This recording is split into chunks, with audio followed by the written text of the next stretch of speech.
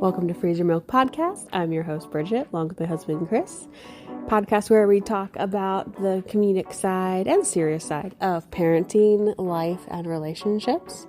We are boy parents. We have two boys, Enzo and Rhett, with about a 6-year age gap between the two.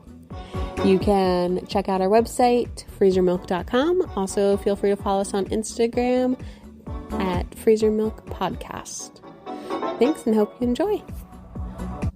Welcome to Thanksgiving week. Can you believe Thanksgiving's just around the corner? I know, we're here, huh? It's crazy. Another year. These years go by faster and faster. When I was younger, they would say, like, as you get older, the years go faster and faster and faster.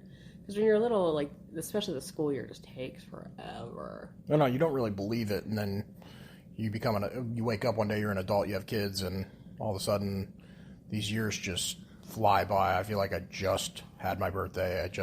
It's hard because every year the holidays is really tough because you have. Oh gosh, we're stacked. No, you've got. It seems like we spend so much money because you got Halloween, so you got costumes, you got anniversaries, you've got Thanksgiving, you've got Christmas, you've got Enzo's birthday, New Year's, you've got Enzo's birthday, you've got my birthday, and then Rhett's birthday, and then your Mother's Day and your birthday. And it all just hits all at once. It's an expensive 6 months. Oh, it's unbelievable. This time of year is so hard on me because I watch my checking account just diminish. We try to set boundaries and limits on like how much we're going to spend. We have yet to actually. Yeah, but you like to buy $300 Christmas trees. That's a super good deal. Uh-huh. All right, guys. I need you to like to side with me on this one. It's a 9-foot tree. And we have 9-foot ceilings. Our new house. Let me know how that's going to work out. Our new house has 10-foot ceilings. True story. But did we have to buy it right now, right during Christmas, when it's the most expensive? It's 60% off. Oh. I've been stalking this tree for months. Anyway, we are donated our other Christmas tree because it had a little bit of a lean to it. It was a hard leaner. So we decided to donate that one and get rid of that. But I'm like, I don't even know what to get. You know, we did Christmas shopping yesterday for Enzo, and I don't even know what to get Rhett. And I'm like looking around here, and he's got all these toys that I trip over, and I'm like, I don't think he really needs anything else. My favorite new toy that we got him is the like activity center that's like also like a walker to push. This thing will just phantom decide to like make noise every 5 minutes.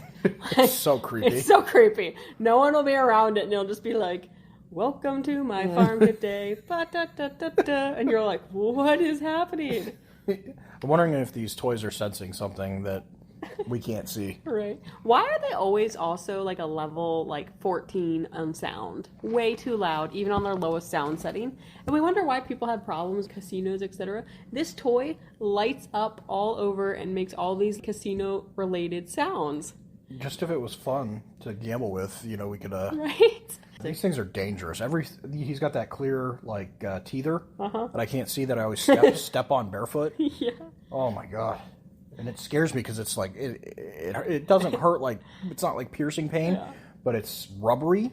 It's actually one of my favorite teethers. It's the Moonjax teether. If you're on Instagram, you've probably seen their little ads. I was a sucker and I bought it, but he loves that teether. Like, he would just chew on it when we first got it all the time. And you showed me it the first time you got it, and you're like, this is actually really safe for them. Yeah. Because they can hold it in their hand and, like, chew on any angle of it, which is really nice. But no, it does, like, it vanishes into the carpet. You can't see it at all. Yeah, it is kind of an interesting toy. And you could also, like, put it in the fridge and cool it and stuff like that, and it kind of makes it nicer. Mm-hmm. It's one of my favorites, hands down. Speaking of, Enzo has to have his lip tie, tongue tie released. Yeah. And naturally, you scheduled it the day before Thanksgiving. I know. It's going to be. That poor kid, he's not going to have any turkeys, nothing. He's going to be a nightmare the entire weekend, too. I know. I don't know if I should tell him ahead of time, hey, this could be painful. I want to encourage him to be brave, but I don't want to be like, oh yeah, it's not going to hurt. And then he's like, in for a super rude awakening. It does. So I don't know how to have a conversation of, don't want to freak you out, but also expect it to be painful. Yeah, that is something you should probably forewarn him. He does good with warnings versus surprises. He doesn't like the whole surprise gig. My worry too is that because they have to do his tongue and his lip, like they're going to do one and then try to move on to the other, and he might be like, oh, hell no. It's probably something you should have taken care of when he was a baby. Yeah, so, I don't know. Maybe he will like pumpkin pie for the first time, and that can be like something soft he can eat. Something soothing. Yeah. Oh well, he has 3 loose teeth. Well, what he considers to be loose. There's one that is like barely wiggling. The other 2 I don't think are moving at all. But Enzo thinks he has 3 loose teeth, and so every morning for breakfast, I'm like, hey, you want a breakfast sandwich? You want this? You want that? He's like, no, I need soft foods. I'll have oatmeal and a piece of bread. It's like what my grandpa ate. Right. I'm like, no child. Kids teaching us some lessons. Yeah. This is how you should eat. It just makes me laugh, so hopefully we'll see some yummy food for him that he'll enjoy for Thanksgiving. Since you and I met and started dating and now have children, what are some like traditions or things that like I brought into our relationship or our life that you didn't previously have? Does it have to be for the holidays? Or just in general? In general. So we go to the beach every year. We do. We take a beach trip every year, and we do it for Enzo because he likes the beach. Granted, he's been a nightmare at the beach. Yeah. So it's not much of a relaxing vacation, but it's something that we do. He looks forward to it so much, and then like this year, the sand fleas. He didn't want to go to the beach. Yeah, the bugs. It freaked him out. He's in a super anti-bug phase right now. I know all about it. I don't know. We don't. As for like Christmas and Thanksgiving, I mean, we kind of just wing it. I feel like every year it's I do more the parade so. in the morning. Well, yeah. I mean, you watch the parade and drink some coffee and Pajamas. yeah, just hang out. Christmas, we always do stockings first. Do some people do them last? I don't know. Or the night before, maybe? No, we always did them first. Yeah. It was always like I put the cards in the tree. That's probably something that you didn't do. Well, good thing you bought a tree. Right, so I can put the cards in it. Mm-hmm. It's going to be beautiful. You want to talk about a little bit about our housing? Yeah, we can talk a little bit about that. January last year, so January 2021, we went under contract on a new build out in our neck of the woods, and we thought it was going to be the ideal and perfect house, and well, COVID happened and everything was delayed, so they ended up pushing the house out to, I don't know, we were supposed to close in July, and then they were estimating February, so we were supposed to close July of 2021, and we got everything picked. Gorgeous designs. And then they didn't even start framing until July. It sat on the slab for 5 months, and then they were estimating February? Yeah, but I don't see that happening either. No. So, they still haven't technically finished framing at this point. Like, a frame walk has not happened on that house. And we just got not good vibes. Like, it just started to seem like everything in the universe was putting hurdles in front of us for this house. And it kept delaying, and it kept having new hurdles and new things.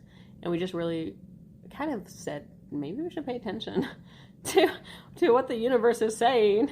Yeah. And maybe start looking at, like, is this really the house we're supposed to be in? And after some deliberation and some arguing with the home builder, we decided, nope, it wasn't. And we got out of that contract. But you'd already previously found, like, the perfect house, the perfect floor plan, and it was going to be done in February. Yeah, like a week prior. And you had told me before this all went down, you're like, the stars have to align here for us, to be able to make this happen. Because we have to get out of contract. In general, new builds, it's very difficult to get out of contracts. It helps I'm a realtor, but it's very difficult to get out of contracts. And then we also had to get our earnest money back, which is technically non-refundable. That had to align with the new house that we wanted, not getting swooped up by somebody else, being willing to wait on the earnest money. Yeah, plus we had to go back and do another pre-qual. Yep, and being able to go and pull another, credit pre-qualification. All had to happen perfectly with the stars aligning for it to work. And it did. Believe it or not, it did.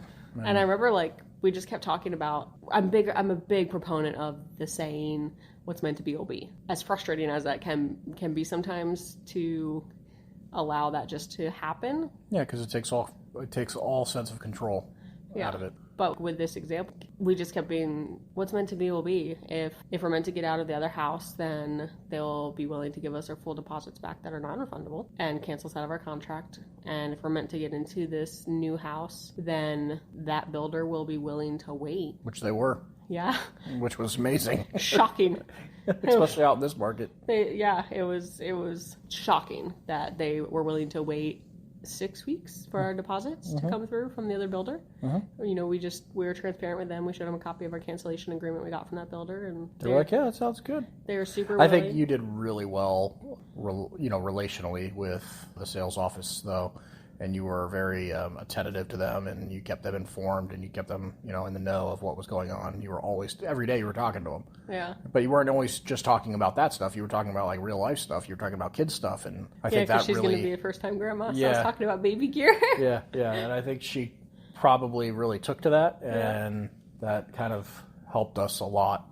Yeah, she pulled the house before we even gave a single deposit. Yeah. We got the pre-qual and we got our cancellation, and they were willing to go under contract with a 6-week money due time frame for our full deposit on that earnest money. Yeah, it was amazing. Yeah. And now we go by it every day, and it's coming along. I think the thing people need to realize, so like this house is perfect for us from a structural standpoint, and that's the biggest thing that I think people sometimes get caught up in, is that there's no unicorn house out there. Like, there's not. There's always going to be a compromise, whether it's on price or finishes or location or structural options on a house. There's not a unicorn out there as far as your house. There's always something that is not going to be exactly what you wanted. And with this house, we had to kind of discuss, because this one is pre-selected, everything in it, and they're finishes that we would not pick. No. And they're very far from the house that we were building that had all of our finishes that we wanted. But the those finishes weren't a deal breaker. Seeing the floor plan is what you loved. Yeah, and that's the big thing that I think I even explained to you. Remember when I first found the house, and I was like, this is like, hey, I've been fixated on this. Can we just drive by and I can walk this real quick? Yep. I just need to get it out of my system. And then I walked it, and I walked out to the truck, and what did I look like? You were like, you asked me, you're like, you need to go walk through, or you told me, you're like, you need to go walk through this thing.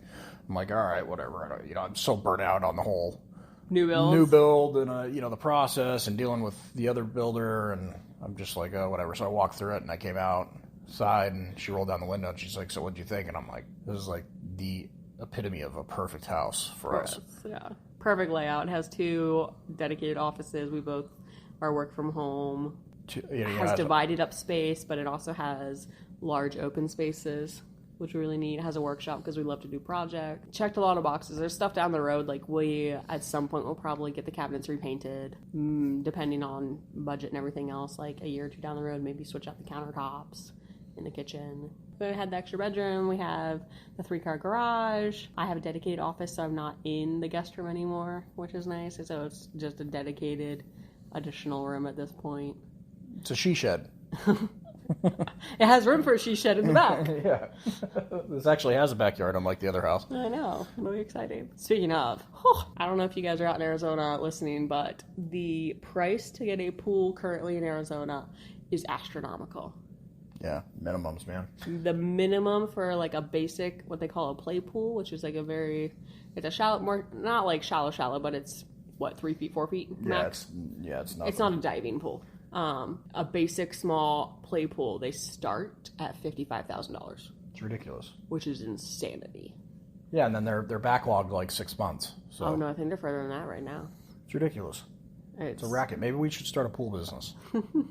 Little side hustle. Pool business. So Rhett is 8.5 months now. What are some things that recently that you've been reminiscing about with him? We were talking earlier about how like time flies so quickly. Mm-hmm. What are some things that you already see yourself like reminiscing about? I'm like, I can remember when he was, fit in the palm of my hand, and I could hold him with one hand on my arm. Now I got to hold him with 2. The dude's basically walking. Mm-hmm. He's got his full personality. He's full of attitude. He's 8.5 months old. Like, he is just Mr. Sass. He's a spitting image of you.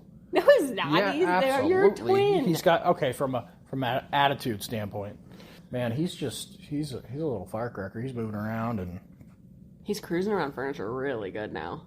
I just hope he gets out of the clingy stage to you, because it is exhausting. Like, he even gets he gets pissy with me, and he only wants you, and it's just so frustrating. I'm like, dude, stop arching your back, stop yelling in my face, stop crying, stop reaching for mom and swinging your head around trying to find her. It's exhausting. I'm like, dude, I'm here. Me and mom are a package deal. She ain't going that far. I'll make sure you survive. It'll be okay. It's so draining for me too. No, I bet. I can only do so much because he just freaks out. Mm-hmm. It's unbelievable. I'm like, dude, relax. He just wants me to be touching him, ideally holding him. And he's not like a hold like he wants to snuggle me. No, not at all. No, it's not a snuggle. He just wants, I want to sit on your lap, but then I want to like... He wants to know that his food source isn't going very far. Right. That's what he wants. We just need to keep adding rice cereal to his milk, like my mom says. That'll help. You went off on her today about the bottle situation. Oh my God. I don't know how many times she needs to tell me that, if we have more children, the next baby needs to be bottle fed. And I'm like, again, the beginning of this, Rhett took a bottle. And then he stopped. And then he refused. And he hasn't been taking a bottle ever since.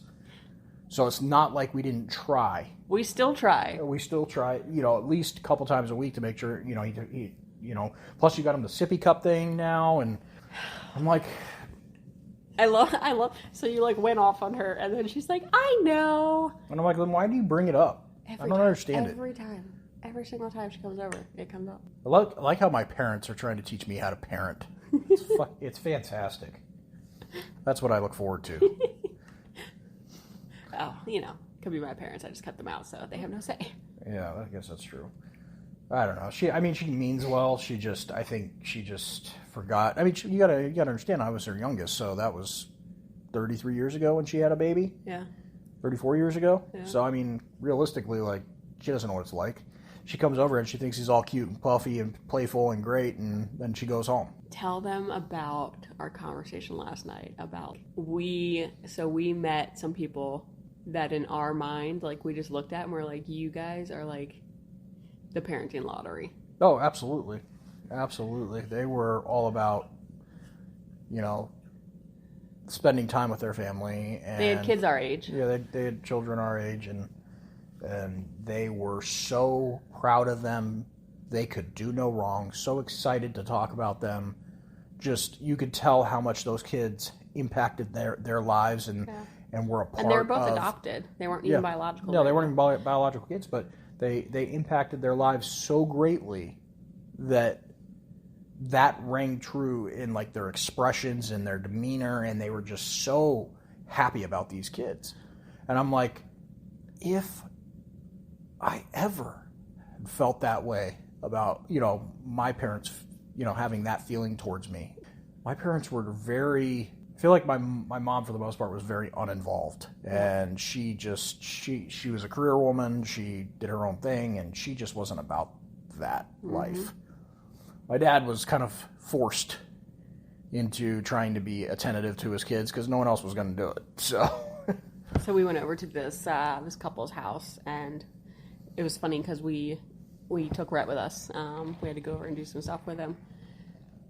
And I after we left, I looked at you, and I was like, why is it that the moment I walked in their house, I felt in, like, my heart, I was at home? Yeah, mind you, this is the first time we've ever stepped foot in this house. Yeah. And I honestly just wanted to sit back on the couch, drink some eggnog, sit in front of the Christmas tree, and watch some fucking movies. I was so relaxed in that house. They were so inviting. It was amazing. It was cool. I want to figure out, and, like, I picked their brain, and I probably will continue to pick their brain, but if we can have even a portion of that type of parent-child relationship that they have with their kids, I will feel like we have succeeded. And I would say that it takes a lot of work, but they make it seem like it doesn't. Like, it's very effortlessly for them. Like, they just love. Yeah. They're just people, they just overflow with, like, love, joy, and generosity, and just a genuineness that we don't really see very often. That brings me to my next thing. This being, coming up on Thanksgiving, how much are you not looking forward to going to my mom's house? Love her, but that is always a shit show. It is a total shit show. And I'm dairy free. She came over today. What did she bring? She brought donuts. Our donuts dairy free. She goes, you guys want some donuts? I couldn't help but laugh. They had icing. Freaking ice. Every time she comes here, she'll bring something, or she'll ask if we want something, and she'll bring something over, and it's all dairy. And she knows Bridget, like, because this becomes a big point. This, and a big kind of an argument between you two, because you're like, I am dairy free, not by choice. The baby is I'm not doing with this to the just dairy. be like an annoying bitch. I'm doing this because of the fact that my child's gut hates dairy And he with a doesn't process passion. And guess what? He doesn't take a bottle, so you can't just give him formula. I nurse him, which means whatever I ingest, he gets. So yeah, Thanksgiving's gonna be fun. She's like, yeah, I'm gonna do the turkey. I'm like, do you butter your turkey? She's all, oh yeah, I do. I'm like, cool. She's like, I guess I can't do mashed potatoes either. I'm like, yeah, no. Can't do corn souffle. Can't do corn. She does sweet potato casserole. She does green bean casserole. And everything's dairy. Has butter or cream. Mm-hmm. Every milk, yeah. Or single milk, yeah. option. It blows my mind. And it is like a weird tit-tat argument with us. And I'm like, why are we arguing about this? Stop bringing food to my house. It's the same thing with the bottles.